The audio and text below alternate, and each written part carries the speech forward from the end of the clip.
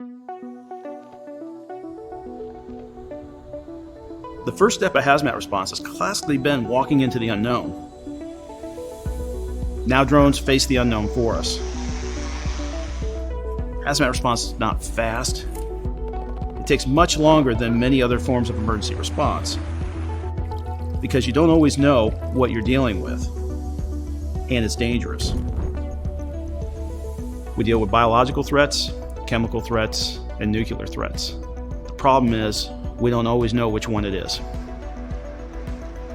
So we send a guy in there first with meters and hope he's all right, because no single suit can protect you from everything. These are fathers and sons, mothers and daughters. Equipment is disposable.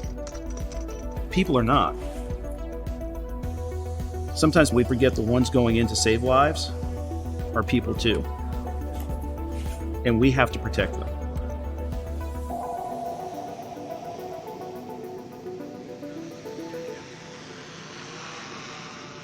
We have a very progressive department here at Southern Manatee, and that's allowed us to develop new tech.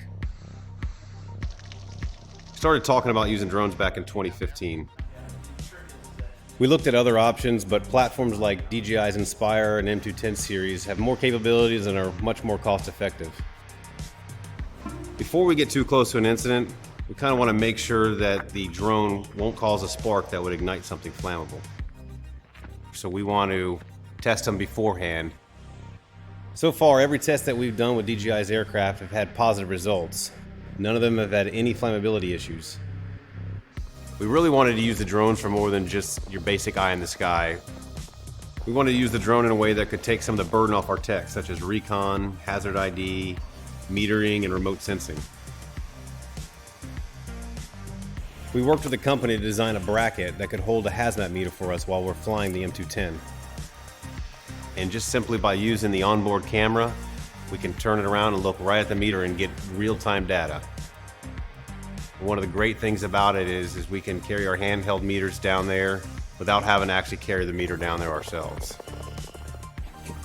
With the new payload SDK, we're hoping to be able to integrate some of these sensors right into the aircraft itself.